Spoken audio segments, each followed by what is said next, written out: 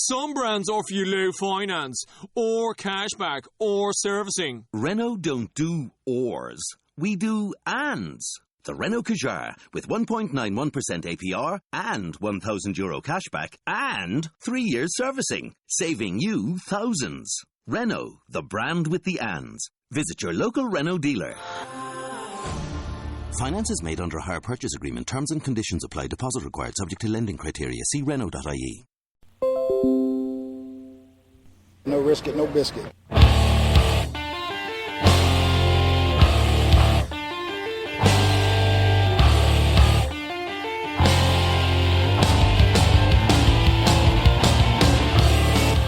Coming from the Arizona desert, presented by SBNation.com. For Arizona Cardinals fans, by Arizona Cardinals fans, with outsider and insider's perspectives, this is Revenge of the Birds. Hello, this is Revenge of the Birds Radio. This is your host, Jess Root, and in this show, this is the first of the 2015 season and preseason, in this case, team previews. As we have done the past 2 years, we have done one show with Seth Cox where we review the whatever news is going on at the Cardinals and we dedicate to the Cardinals. However, previewing every week, we always try to find someone from one of the SB Nation sites, or if not that, another expert of the upcoming team. The Arizona Cardinals open their preseason at home this Saturday against the Kansas City Chiefs, and as such, I am honored to have from ArrowheadPride.com, one of the SB Nation sites, one of the premier SB Nation sites I should inform you of, and I have Matt Conner on the line. Matt, how's it going today? Well, how are you, Jess? I'm glad that you're here. I appreciate taking the time. Over here in Arizona, we're just barely finishing up our work day. Out there in KC, you're probably easing on into the evening, are you not? Yeah, we're logging the Royals. Oh, that's good stuff. And the Royals, it's a good time to be a Kansas City fan these days, isn't it? No doubt, no doubt.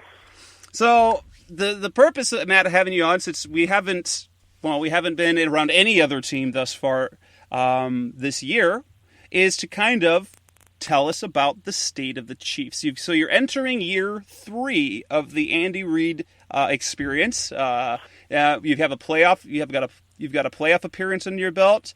You have, it was a disappointing season last year, but it wasn't awful. Tell us kind of where is the fan base overall with the Chiefs right now in terms of enthusiasm and in terms of expectations entering Reid's 3rd year? Yeah, well, you bring up a great point in terms of being in Reid's 3rd year. To me, more than anything else about the Chiefs, that's the biggest story. I think it's also the biggest story no one's talking about. But if you're a Chiefs fan, if you've been paying attention, I think everyone is somewhere between fairly enthusiastic and we believe we're Super Bowl bound. And so you often see the Chiefs somewhere in the late top 10 in a lot of the power rankings, somewhere around there.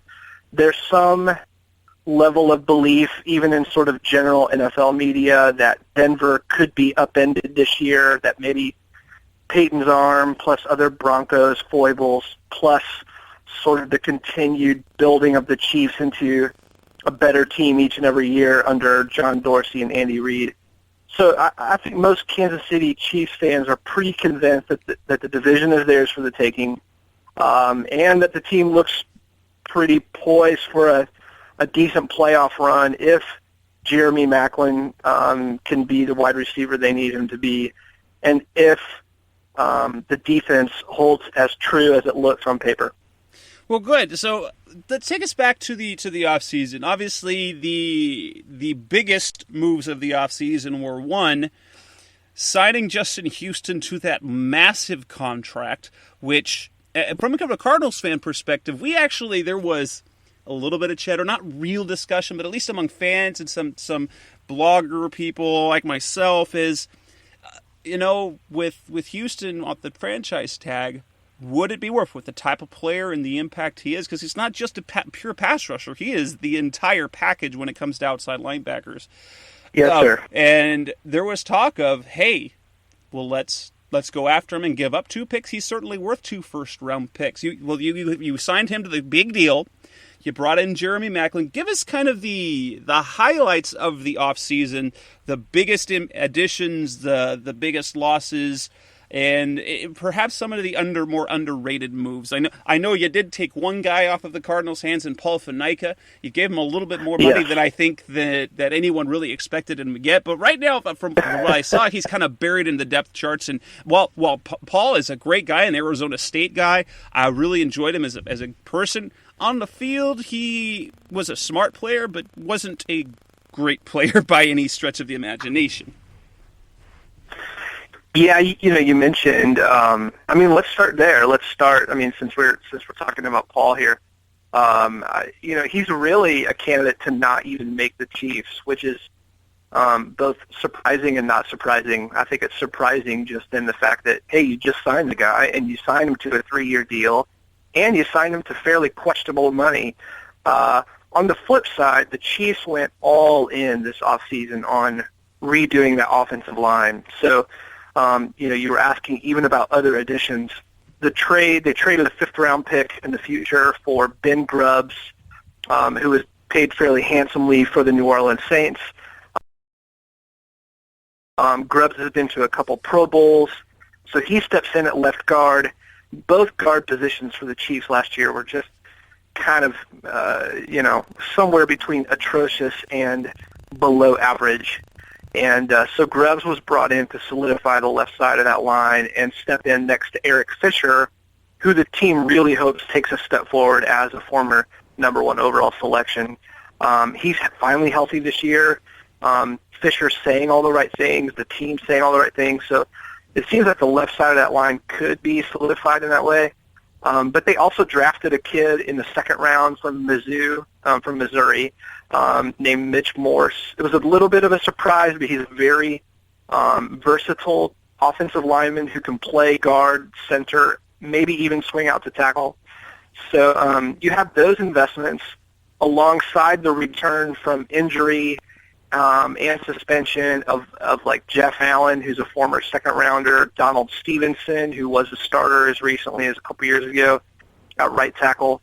So with some of those guys coming back, as well as some camp bodies, it's going to be interesting to see if Fenica can even make the final team, because he's been running with the 3rd stringers. That's really interesting, and it's at least he got at least paid. But he was really the interesting story about Fenica. Late pick. I think it was a 2nd rounder by the Seahawks, or maybe it was the Eagles. He bounced around. He was a tackle. Then we bumped him inside when in 2013, and think he had a really good camp. And the injury to Jonathan Cooper opened that door for him, and he just never let the job go. He played just well enough to keep everyone else behind him. Part of that was loyalty. Part of that is he knows his assignments, but he's not fit. He's a really big guy, but when it comes to overall strength and technique, he just didn't offer a lot in pass protection. And so he just did just enough, and that's good for him. But let's go to some of your bigger moves. As if Fenica looks like, he might be on the market again, but tell us about how important it was to bring Houston back, and not just bring him back on that 1-year tag, but to pay him as much as, granted, that's a lot of money to pay any player, but is he worth that much money, and how much of an impact does he have on the entire defense? Well, that you just said it. It's the impact on the entire defense. It can't be overstated.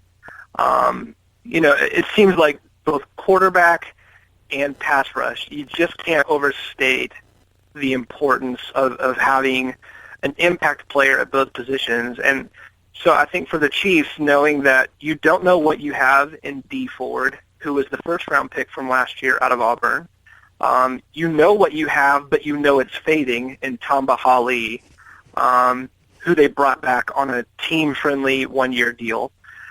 He still definitely has gas in the tank, so there's definitely someone who is competent on the field across from Houston.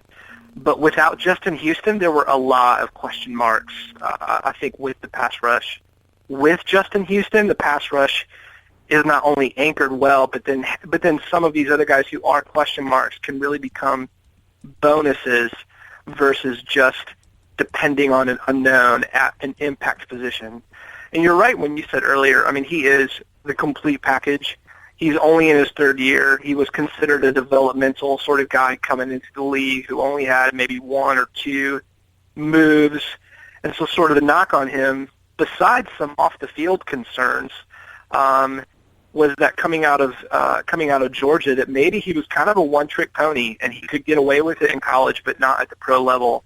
He has not only proven to be very coachable, not only proven to do whatever is asked of him and is a great learner, but then he's really stepped into a blooming leadership role. And of course now with this contract, the team is going to, I mean, now he's face of the franchise paying at that level. So I still think the best is yet to come there. I think there's a great That's insane to think about, honestly.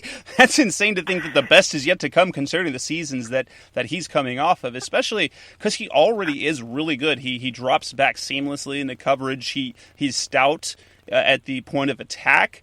Set in the it's if you could pick any one player to play that 3-4 and edge player, you really can't drop a better player. And he really is an anomaly because you rarely get much production from any player at the edge outside of the top half of the first round. Yeah. Yeah, and what's amazing to me, I mean, I don't know what was going on behind the scenes, but I would hope for the sanity of every other fan base that their general manager put in at least a call to see whether the Chiefs were interested in taking a deal for 2 first-round picks. Because, I mean, even if pass rush isn't a great need, to be able to grab a sure thing in his prime, you're going to have to pay him, but the salary cap keeps going up. I mean, there's going to be room to move there. So, yeah, to me, that's the kind of guy that you say, the cost is huge, but the impact is huge. And, given the uncertainty of first-round picks, especially if you're picking late, or expect to be picking late in the first round in the future, to me that would be a no-brainer to at least offer that. So, who knows if the Chiefs staved off some offers or what, but yeah, I think the fan base breathed a collective sigh of relief knowing that he's in town for a long time. Now, I want to talk about the D Ford pick in a minute, but let's move on to now. Bringing Tamba Hali, I think, is a really good thing, especially when you've got a guy on the field like Houston. You're going to have some cleanup sacks, and a guy like Hali can still be real productive, especially in a role where, hey, you've got Justin Houston running around this side, and if the quarterback runs to the other side, it'll be, guess what? He's got someone waiting for it. But I want to go to the offensive side. Obviously, Dwayne Bowe didn't have the impact over the last couple of years that you'd hope, and naturally there is a knock on Alex Smith. I can't imagine you've ever heard this one before. The guy just doesn't want to throw down the field. Is it that? Is it just that he is super dedicated to staying within the framework of the offense that Andy Reid didn't have him throw much down the field? Or was it a matter of talent? And will Jeremy Maclin fix that? That's the question. I mean, I don't think there's any way to really know that until they get on the field this fall. So, I think Alex Smith definitely, as you said, has his doubters. Sometimes, you could feel really bad for the guy because going back to his last couple years in San Francisco, he's just proven to win a lot of games, and like he's never gotten the sort of acclaim or even appreciation from even his home fan base, let alone sort of the general NFL fan base. But, what's the guy to do? Now he wins, but he doesn't win. Or he doesn't throw deep enough, So, but, they've never had Maclin. I mean, they've never had someone who can really stretch the field, run all the routes, who knows Reid's system inside and out. I think DeAnthony Thomas is a promising guy. They're throwing him out at wide receiver from the outset this year. I think last year there was some sort of mystery using him in some sort of Dexter McCluster kind of a way. That'll fix the whole thing. You called DeAnthony Thomas a receiver. then you get him to score a touchdown, and then you've got the monkey off of Alex Smith's back about not throwing touchdowns to receivers. Exactly. You know, when your best downfield threat is Donnie Avery, and you know, certainly no slight to Donnie Avery, you know, he can be a fine option on a team. He did what the team wanted him to do for as little play as he got, but there was some health issues there anyway. And I mean, Macklin is just a game changer at the top of the depth chart there. There's definite concerns about the rest of the depth chart. You know, the Chiefs need a number 2 option. You know, it feels like grasping at straws more than anything else there. But at the very least, the number 1 option is the best number 1 that it's been in a long time. And having a person who knows Andy Reid's offense so well, I think is really going to, I mean, as long as they can develop timing in camp with Alex, and I think that's going to go a long way. Now, speaking of Alex Smith and the reputation that he's got, he definitely is a disappointment if you look from the standpoint that he was a formal number 1 pick, and so he should be a superstar.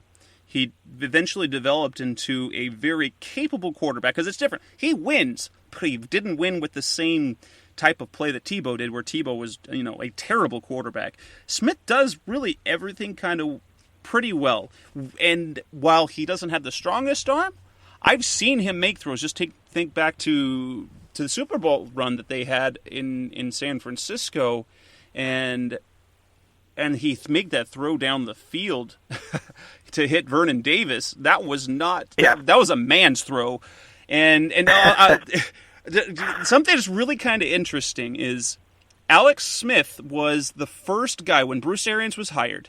When Bruce Arians was hired, that was the first phone call they made. They knew he was going to be able from San Francisco, and the Cardinals, believe it or not, and Bruce Arians with his downfield offense, the first phone call they made was to see if Alex Smith, they would make a trade for Alex Smith. It didn't happen, obviously. San Francisco, with no way in hell they were going to trade it to the Cardinals inside the division. But there's really something to that. He is a very capable quarterback. How does the fan base see them? He seems to be the type of quarterback that a fan base is always looking, they take him for granted, and they're always looking to replace him because he's not flashy, he's not elite per se, but he doesn't do really anything badly. How does this fan, and Kansas City fans, when it comes to sports in general, they have you talk about Cardinals fans and Royals fans, while they are deeply loyal, they don't tend, and in my opinion over here, they don't have the reputation of being, they attack their players or bash them. So how is Alex Smith, is it a good fit for Alex Smith there as a fan base? Do they want more from him? I think it's maybe better than some other markets. Certainly, KC can be a bit more compassionate place to be than maybe major media markets. If he like an Eli Manning sort of scenario in New York, but at the same time, though, I mean, I'm going to be more of an apologist for Smith than others would be. I just think I think he does not get the credit that he deserves. I think he's not nearly as questionable as some people think. I think KC has had holes where, if Andy Reid doesn't lay an egg in week 1 last year, I mean, he came out after, like, the Tennessee Titans had 2 wins last year. One of them was a season-opening wallop against the Chiefs at Arrowhead Stadium, right? So, Reid comes out after the game and he says, we just got completely outcoached and outplayed at every level. Like, there's really nothing more to say about this. Like, we just laid a giant egg right after a whole month of training camp. If they don't do that, they're in the playoffs last year, and we're talking about how Alex Smith has now continued his playoff run for, 4 straight years or whatever, and has brought, the Chiefs to this, like, great winning level. Instead, now we're talking about, like, he's some mediocre option somewhere above the Kyle Ortons and the whatever of the world. But, over the last 4 years, he's 38-16. He has 71 touchdowns, 23 interceptions. I just don't know how you don't say, I want that guy as my quarterback. I mean, if it's versus Aaron Rodgers or, some elite, Joe Flacco, right? He's elite, though. He's elite. Right. Certainly you would trade him for other quarterbacks. But given, like, watching, like, if I'm in Buffalo or New York right now on the Jets side, I mean, you're just, or the Browns or any number of other franchises, you're just thinking, I can't do another year of this. This is so silly that we're kicking the tires on the same old veterans every year. So the fact that John Dorsey knew, look, I'm going to pony up 2 second-round picks, I'm going to take care of this, and then I can move on to other positions. I just think it's silly to talk about Alex Smith in any way that shades him as some kind of guy who can't bring them to that next level. Now, if it becomes an Andy Dalton situation where they're in the playoffs every year and can't seem to advance, then that's another question. But at the very least, he does not deserve, in my opinion, the flack that he gets in terms of, whether he's the right guy to even keep them competitive or whatever. All right, so let's move to the draft, and we're going to talk Dee Ford. Would you view Dee Ford now? Obviously, I think that in my eyes, because the Cardinals I was very intrigued by Dee Ford. Very much like you talk about when you were describing Houston coming out of college. Dee Ford has the same reputation as a one-trick pony, only he has a variety of pass rush moves. Unfortunately, his production, now granted, playing behind Hali and Houston makes it really tough, but I almost viewed the pick as a look to the future. He didn't really necessarily have to do anything last year, but he should have done a little bit more. That way they could have let Hali go, or even still they developed that. Because if you got Hali in Houston, it's really tough to get time on the field, and unfortunately we also have that infamous clip of Dee Ford running like the other way on a running play. Tell us about last year's draft class. Who did well? Who is disappointing? And what are the expectations this year? And is anyone making big strides? Dee Ford, that's just such an unknown, and I think, you got to give credit to John Dorsey because it's like he's just following the formula. What's the most important position? Let's get my bookend tackle. Let's get my left tackle. So, Fisher, got it. Let me get my quarterback, 2 second-round picks to the Niners, check. So it's like he's just moving down the list. Now, who knows whether those guys are the right picks, but at the very least, you got to give Dorsey credit for, let me go to position, let me go to the very next important position to solidify for the future, and let me make a run at it. So, Dee Ford was kind of the next in line. Let me get the next developmental pass rusher, and they did it. It'll be interesting to see what he has because he showcased some of that potential. He showcased like his burst off the line is the best on the team, and that's Houston or anyone else included. So you've got some potential there. What I love about this offseason, and it's kind of what I made mention of in the very beginning, is to me the story of the Chiefs this year is the coaching continuity. The fact that, look, this is the 3rd year for every single coach on the staff. Everyone knows what they're doing. Another offseason, another, strength training coach, everything. So I think there's something to be said there that it's hard to, it's hard to put that into a stat. There's no stat that says in Madden, everyone goes up a few points for another coaching continuity boost or something that's not easy to chart. And yet at the same time, you see these quarterbacks who you can say, look, they had a different offensive coordinator every year that they were a pro or something like that. And you wonder what was possible for that person. So I think knowing that someone like Dee Ford is, okay, here he is, he's in year 2, he's sitting behind the same guys again, he's learning from the same coaches again, he can get his mind around the system. I think there's a lot of hope there. I think the fans wanted the bigger payoff in year 1 because it's your first round pick. It's natural, yeah. Yeah. So I just think patience is the key there, and I think that's even the same for the previous year's number 1 in Fisher, where it's like he's a number 1 pick, he's a bookend, he should be a Pro Bowler, and it's well, he's not. He's growing into it. He had injuries to I think 5 different injuries last year, in some way or another. So yeah, there's just a lot of adjustment there, especially because he's out of the MAC. That's not exactly power confidence against power competition. But the Chiefs did hit a home run. I mean, you were asking about other draft picks. Phillip Gaines. I don't know if you've had much of a chance to see Phillip or not, but he's going to be a great corner. I mean, he's already a good corner. He's going to be a great corner. He sits across from Sean Smith, who just really had a breakthrough season, like his best season as a pro, which he'd already had a decent career so far. So, the Chiefs are loaded up in the secondary too, and Gaines is a big part of that. And so how important, turning the subject a little bit, but Eric Berry, having him back, is he going to have an impact, and is it going to be more emotional, or do you think he'll be the same player he was before his sickness? Gosh, I would throw out a doubt. My instinct is to say to you, can you imagine him having a huge impact? And yet at the same time, every fan's going, did you ever think he'd be here at this point? I don't think anyone thought he would even play this year. I think there were some, maybe a nod to it, like, oh yeah, he could play. But I think most people thought he would probably just use the year to get back into form. And then here he is. Andy Reid came out and said today, you're going to see Eric Berry play in the first preseason game. So it'll be interesting. It will definitely be an emotional boost. It will definitely be a leadership boost. And word from practice is that Berry is showing off what makes him Eric Berry. If they add him to that secondary, that really, really changes the game for the Chiefs and what they're going to be able to do in Bob Sutton's blitzing schemes, who's the defensive coordinator. So, that really remains to be seen. I can't think of another player or story like this in this return in recent NFL history, so I wouldn't even know where to go to compare it.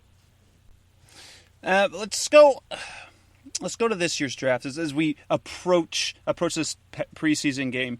What is the team seeing so far in camp from this year's rookies, this year's draft picks, and perhaps some undrafted guys, if anyone is standing out so far?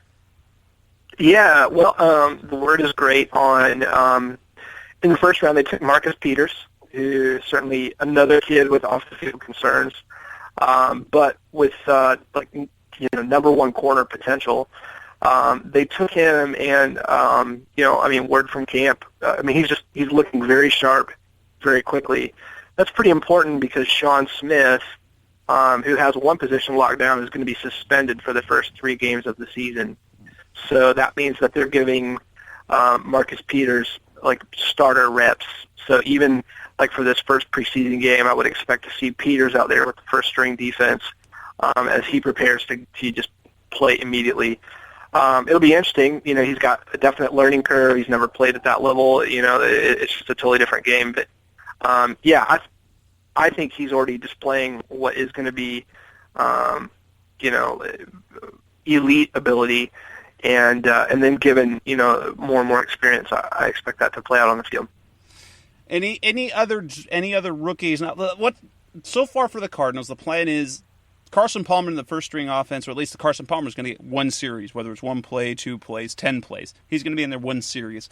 Then they're going to rotate guys in and out: Drew Stanton, Logan Thomas, and then their fourth stringer Phillip Sims. What's kind of the game plan? Are we going to see much of the first team? And after that, is there anyone that Cardinals fans could kind of catch their eye to see who these people are? Because otherwise, preseason football, once you get down to if you're watching your team for the position battles here and there, that's fine. But if you're just looking at football, you're going to be watching a bunch of guys you have no idea. So who will the Cardinals fans be watching this weekend, and who might catch their eye in terms of younger players?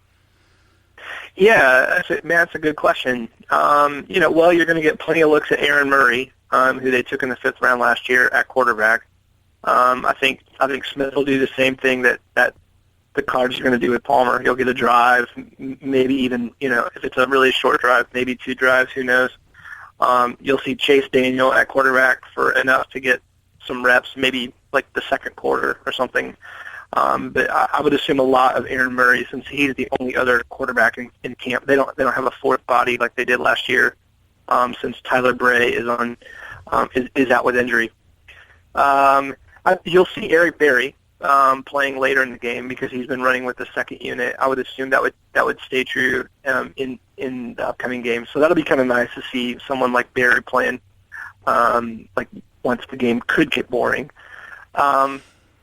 After that, it's unfortunate because a lot of the Chiefs rookies have really been down with some injuries. They drafted a kid, Chris Conley, in the 3rd round, a wide receiver out of Georgia. But he's been injured. I don't know what his playing status is going to be for Sunday, but he could be a name to watch once the wide receivers have kind of cycled out in terms of Macklin and DeAnthony Thomas. He could be someone to watch for.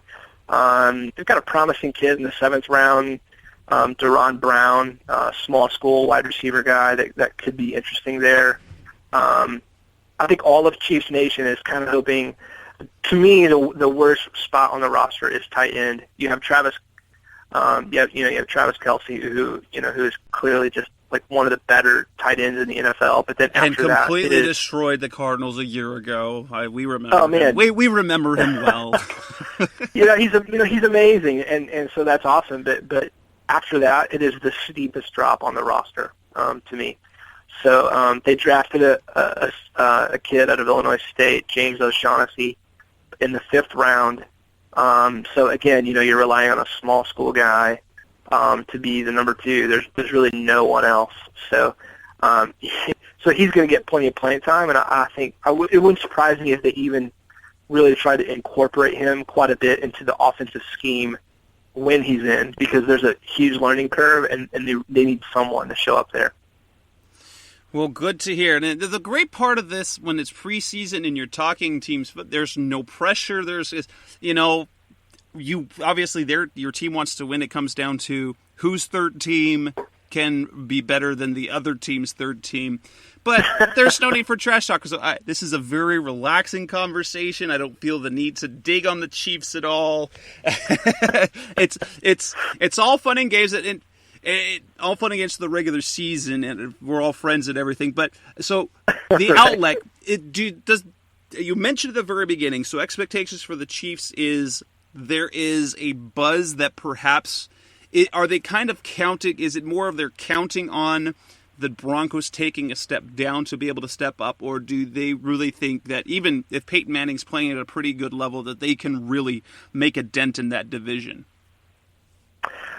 No, yeah, I would think. Well, I mean, it could be some of the Broncos fading, but I think it's just more of the Chiefs growing into the deepest and with impact players at all of your really needy positions. Charles and Macklin doing their thing, the bolstering of the line. You have a great pass rush.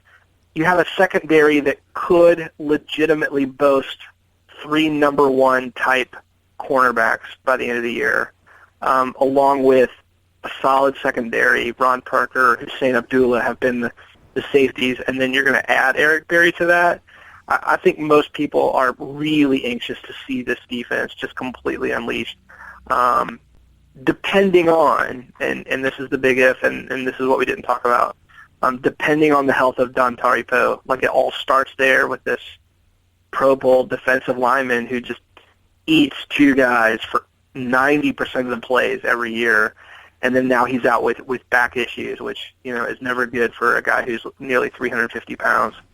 So, I think everyone is like, if Poe can come back and do well, you could be looking at the AFC's and maybe even the NFL's best defensive unit. That bold talk is there's a lot of good defensive units out there, but the Kansas City Chiefs perhaps looking to feel, well, they certainly have the right players in the right places. If you got guys cover on the outside, you've got the edge rushers. If they can get anything on the inside, if Poe's healthy, that will be a dangerous defense. Matt, this has been Matt Conner for ArrowheadPride.com. Matt, I really appreciate the time, and the best of luck to you, your team this weekend, as there is nothing at stake as we finally have football, albeit real fake football. It'll still be a blast. I appreciate you coming on, Matt. We'll talk to you again sometime soon, all right? Sounds great. Thanks so much. All right. Bye. You've been listening to Revenge of the Birds. Keep the conversation going by visiting revengeofthebirds.com. Follow us on Twitter at Revenge of Birds. You can also find us on iTunes at facebook.com/Revenge of the Birds.